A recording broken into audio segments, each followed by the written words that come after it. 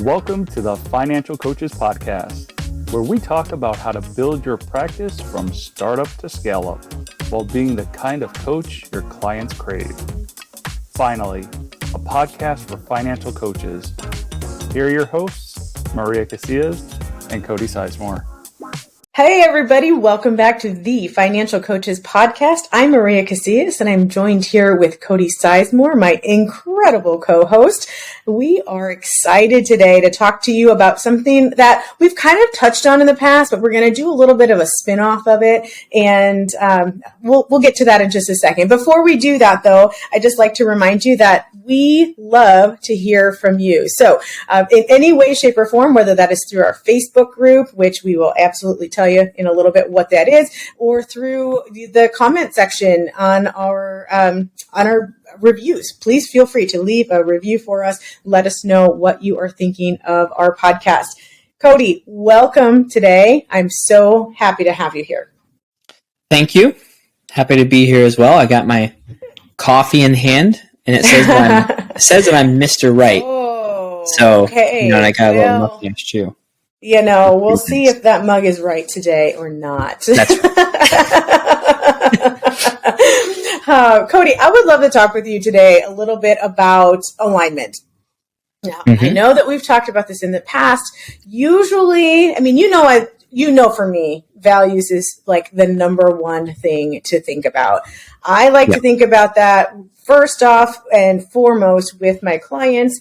You know, instead of just jumping in and creating a financial plan that's going to work for them, I don't know what will work for them unless I know what is important to them.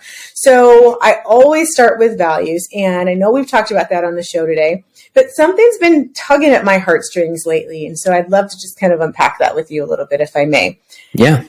That thing that's been tugging is, if I do that with my clients, how often do we as coaches in general really lead with our values? And what I mean by that is, you know, we get so wrapped up sometimes in the industry standards. Like, what are you supposed to do first? And what am I supposed to get in order? And I got to get started, and I got to come up with a name, and I got to do all these things to create a business. And I got to come up with the ideal client, and what niche am I going to, start serving? And there's all of this stuff swirling around in our minds. But how often do we slow down and ask ourselves, wait a minute, what's important to me? Who am I becoming? How do I want to show up for people? And then align our practice to that. Is that something we could talk about today? Oh, I suppose so. And seeing as I'm chatting with Mr. Right, yes. We're going to get it all right today. we can absolutely talk about it. I think that's a really important thing. And like you said, we kind of touched on it before, but this is, I think, just a slightly different take on it in a way, you know? Yeah, I agree. I think sometimes we just forget that we are our business. For so many people who are listening today, I know many of us are solopreneurs. You know, even if you have one or two people who you're either partnering with, or you have somebody who's helping you with social media or that kind of thing, the brains of your business are probably mostly in your head. Mm-hmm. And I think if we don't connect that to who we are as a person, we're not going to serve well the people that we are trying to reach out to. Yeah, I totally agree. Because in something you said, we are our business, which is important to not get confused that our business is us. Right? I think that's really important. Talk a little more about that. Basically, like, what I'm saying is like, we don't want to have our identity to be what we do. Right? But we can put our identity into what we do.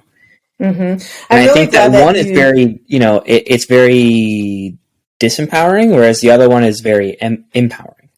Yeah. And I'm really glad that you clarified, because This just goes to show how human behavior goes. As you were stating it, I heard it in the exact opposite manner that you just clarified it in. So I'm really glad that you clarified it. I'm reminded of a time when I spoke with a woman who had gone through homelessness and complete poverty, and we were talking about the difference between a hand up and a hand out. And I can tell you, like, the way that I always envisioned it was that a hand up was somebody who's, giving you their hand to help bring you up.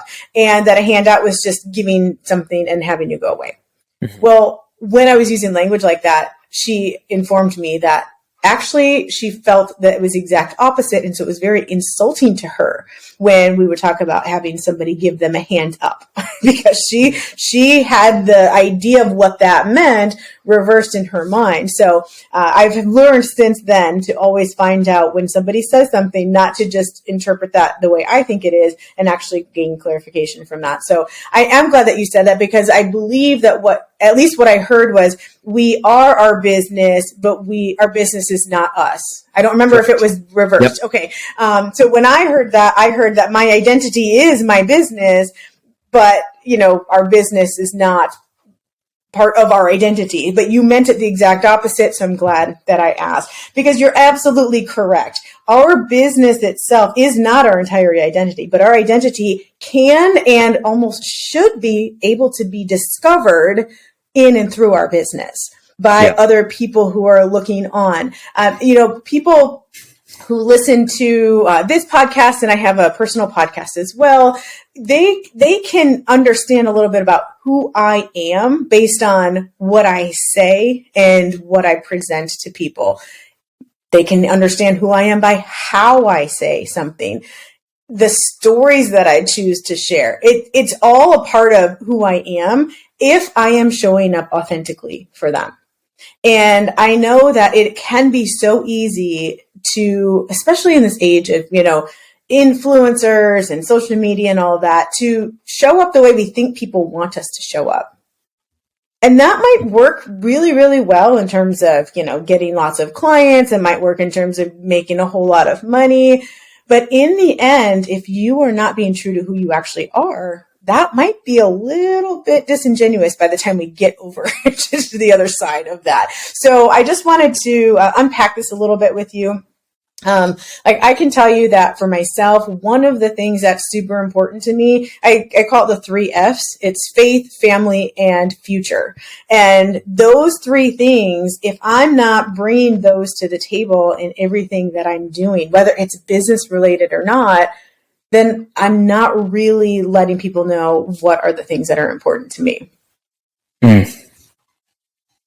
How often do we as coaches go through a values statement or a values evaluation with our clients, but totally forget to do that for and with ourselves? Yeah, I think that we have like this intention to do it and to be, consistent with having that kind of thought process front of mind and trying to work that through the business. But I think if we're honest with ourselves, we just get caught up in the busyness of life, the busyness of business. And I think that it sometimes gets pushed to the wayside when it really should be something that we try and be very intentional with being very forefront at all times. Because, if those 3 F's are super important to you, what was it? Faith, family, and future, right? Yep. Right. If that's like what you base your entire life off of, but you don't throw that into the business, then it's not going to feel aligned. And then the business is going to start feeling draining. It's going to feel like something that you have to do versus something that you get to do. And it's not going to be a very enjoyable business. And then you'll probably say, I don't know how I feel about this anymore. Maybe I'm not actually helping people because I don't feel aligned. And then you stop, Yeah. Yeah. And I think also it will, if I'm not able to put that stuff into what I do, into the work that I do, it's not going to attract the people who will keep that more enjoyable, like you said. And I think part of it's not just because of what it is that we're doing, but who we're doing that with. So, as we, as coaches, are bringing clients on, as we are figuring out who do we want to collaborate with, as we are figuring out what communities do we want to be a part of, just as members of that community, all of those things are, it's so important for us to know who it is that we are, so we can show up that way. And what I just described was 3 very different things. I described being a leader for other people. I described being an equal as a collaborator. And I described being a consumer as somebody who's like in a community. And in all 3 of those roles, there are these values as they come up. Are they serving my faith? Are they serving my family? And are they serving my future? And I just think that's a really good way to look at the things that we're deciding what to do. Because let's get real, Cody, there are a million things that we can do and they might all get us to a certain, spot. But like you said earlier, if it feels weird, we're not going to want to go as quickly. And if it feels, I don't know if inauthentic is the right word right now, but I'm not finding another one. I'm just going to go with a really sophisticated word right here. Yucky. If it feels yucky, we're just going to be like you said, I don't really want to show up, and we're not going to show up. And that's going to be not good for us and not good for anybody else either. Well, and I think what's important to kind of take away from what you just said is working with people who are aligned with your own values. And we talked about that a little bit in a couple episodes back, about ideal clients and stuff like that. But I think it's really important to kind of double down on that, because you have to really think about this. Like, if you just work with anyone, someone has trouble with their money and you're like, I can help you and I need the money too, so I'm going to help you. Right. Mm-hmm. And you just start enrolling Joe and Susie and, all these different types of people that aren't your ideal client, or they aren't aligned with your own values. You're going to enter into this coaching relationship. And I really want to emphasize the word relationship, because that's what it is.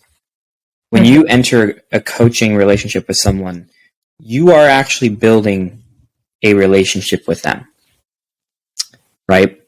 Mm-hmm. And if your relationship is going a certain way to where you feel that you can't be yourself, that you can't have certain perspectives on things, that you can't believe a certain way, that you can't speak a certain way because it might not align with them, you're going to feel very much on eggshells.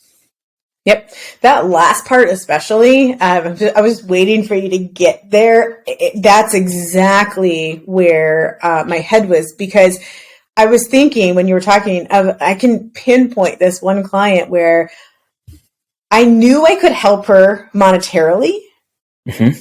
I, in my gut, knew I probably shouldn't bring her on as a client, but I was in a space where I don't want to say I was desperate, but I was definitely not feeling like I could be super picky with my clients at the moment. And I knew in my gut that I shouldn't bring her on. She was a great person. And like I said, I knew I could help. But that last part that you said is exactly why it was hard, because she and I had very different value systems. And just our worldview in general was so disjointed that when I would speak, because I knew I did not want to offend, I was walking on eggshells. And I was like, it's not helping her. Because the other thing too is, I'm pretty witty. Sometimes I'm funny, and maybe not on here because I don't know, we have such funny jokes that usually I'm the butt of the jokes on this show, but that's not the point. In other areas of my life, I've been known to be just, I throw in like these little zingers, and I don't try to be funny sometimes. It's just, I'm I don't know, comedic in a way. But if I can't be that, or I can't use analogies from my own life because it doesn't sit well with somebody, you know where I'm going with that? Mm-hmm. Then I can't do it. And I can't actually be the coach that I know I absolutely can be for people. That is so frustrating. Needless to say, it only lasted a couple sessions. We both realized this was not a good fit, and we went ahead and parted ways. But I think then I didn't even realize why it felt that way. As we're talking about it today, I'm like, that is why. And it's that last part about being able to be truly who you are, say the things that would naturally come to you. And that works really well for the right people. Yeah. It doesn't work And so if well you're not able to say the things that naturally come to you or just be who you are, then what does that actually do to the quality of your coaching? That's right. Like, that's right. It brings it way down. So, you might have the intention of bringing on someone that you don't feel aligned with because you want to help them. But at the end of the day, it's like, are you actually helping them? Right. Or are you giving them an experience that is uncomfortable and then they walk away from it thinking, oh, this financial coaching thing doesn't work. And then they won't reach out to anyone else because they don't believe in financial coaching simply because you weren't able to show up for them. So actually bringing them on was actually a huge disservice. Absolutely. Yes. That's absolutely correct. Now, because I want people to be able to walk away with something practical with this, I would like to just say a lot of times, we talk about finding that ideal client and, almost being a chameleon, and we can just kind of change colors to match whoever it is that we're talking with. But that would take a whole lot of time. And I think that the shortest path to actually making this work is figuring out who you are. And I know that sounds so ridiculous because if you're listening today, you're probably like, duh, I know exactly who I am. But do you? Do you really know who you are meant to become, who you were created to be? And have you stepped into that? Have you really leaned into understanding who that is? And if the answer to that is no, not really, that's where I really think you should start. Because the rest of it will start to fall into place for you. So identify some of those core values that you personally have. Now I'm looking around my office because I recently cleaned it out and switched it all around.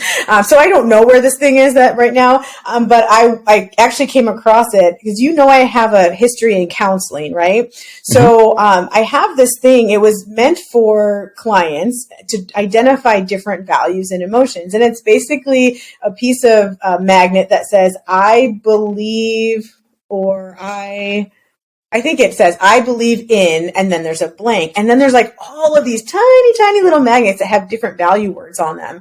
And it's meant for somebody to be able to take and like put them on the magnet. Like, here's what I believe and blah, blah, blah.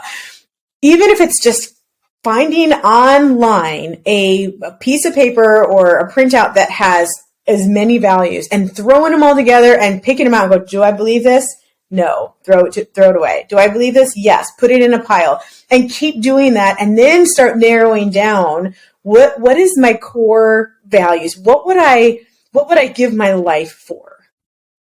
Those are some of the things that you need to ask yourself. What would I give my life for? And when you can get down to those 3 to 5 things, those are your core values. Then ask yourself, am I showing up in a way that serves this, and this? And if your answer to that is yes, man, you are on it. If the answer to that is not yet, well, now you have some direction. You have a compass that you can use to move forward. That's super important. If your answer to that is no, then I really think it's a good idea to just pause some of what you're doing. You don't have to start all over, but I would start to change direction a little bit. I know it's a lot easier said than done. But ask yourself, what doesn't mean you have to start again, your business all over again, but it does say, what do you feel is not serving those values? maybe you can start making some of those tweaks in those areas first so that you're not upending everything and starting fresh. Yeah. I think it's a really good place to start. Because you're right, you have to understand yourself on a deeper level. And I'm glad that you walked through how to figure that out, because I know for a fact there's a lot of people who are like, okay, how? How do we do that? But that's really, really important. And I think that this kind of thing that you're doing it for yourself, maybe not it exactly, but you could kind of do this exercise and see how it feels for you, and what sort of outcomes you get from it. And you might find that there might be a parallel to where you could do something similar for your clients within your coaching. Mm-hmm. Right? That's what I found. A lot of my coaching exercises that I do with people are because I did it myself in a different area of life, and then I just like tweaked it a little bit and applied it to finances. Mm-hmm. And I found that those ones are the ones that really, really hit, because they hit you, and that goes right into this whole conversation of like aligning your practice with you, right? Mm-hmm. So I think that's a really good point there, is to start there, get the outcome, and see if it translates into your clients as well. Yeah, I agree. I really appreciate you letting me unpack all of that today, because like I said, it's been there, because I know that personally I have, I don't want to say fallen victim, but I have, I've been tempted to see what's out there, put my finger in the wind and go, what way is the wind blowing today? And how can I serve with what I know? How can I apply my current skill set to what's going on there? And as good as I got at that, it just didn't feel right. And so over the last, probably year and a half, I really have been a lot more aware of what is important to me. How do I show up as that person for these other people? And it has just made such a difference in the quality of coaching. It's made a difference in the quality of how I feel when I show up for those coaching sessions. And, I just think, even though some of these things feel simple and almost like, duh, I know that a lot of these things, maybe the ones especially that feel simple and duh-ish, are the ones that we need to share with our listeners, because they're not, it's so easy to look over those things because they feel so simple. Yep. Yeah. It's, what's that analogy where it's like, hiding in plain sight kind of thing? Yeah. Like these conversations are absolutely hiding in plain sight, to where like you hear about this stuff all the time. You might know about it, but it feels not super important, so you overlook it time and time and time again. But then it becomes very important because it's been overlooked so much. Right. Yep. I agree. So thank you for letting me do that with you here today. Of course. Alrighty, guys. Well, thank you guys for listening to another episode of the Financial Coaches Podcast. Friendly reminder to hop into our Facebook group as well. That is called New Money Habits Financial Coaches. Free to join. It's a growing community there, and there's been a lot of good discussion in there recently, especially over the last couple of weeks. So definitely want to be plugged in there. And if you enjoyed the show, leave us a rating, leave us a review, share the show, do whatever you got to do to help us out, because we are doing this for free. We're not running ads. We're not doing anything like that. So that would be very much appreciated. And we will catch you guys next week for another episode of the Financial Coaches Podcast. Bye, guys. Thank you for listening to the Financial Coaches Podcast, brought to you by New Money Habits and Sizemore Financial Coaching. Submit your questions to our hosts by emailing podcast@newmoneyhabits.com. Be sure to subscribe to be notified of future episodes, and join our growing group of like-minded coaches on Facebook. And until next time, happy coaching. Music provided by Summer School.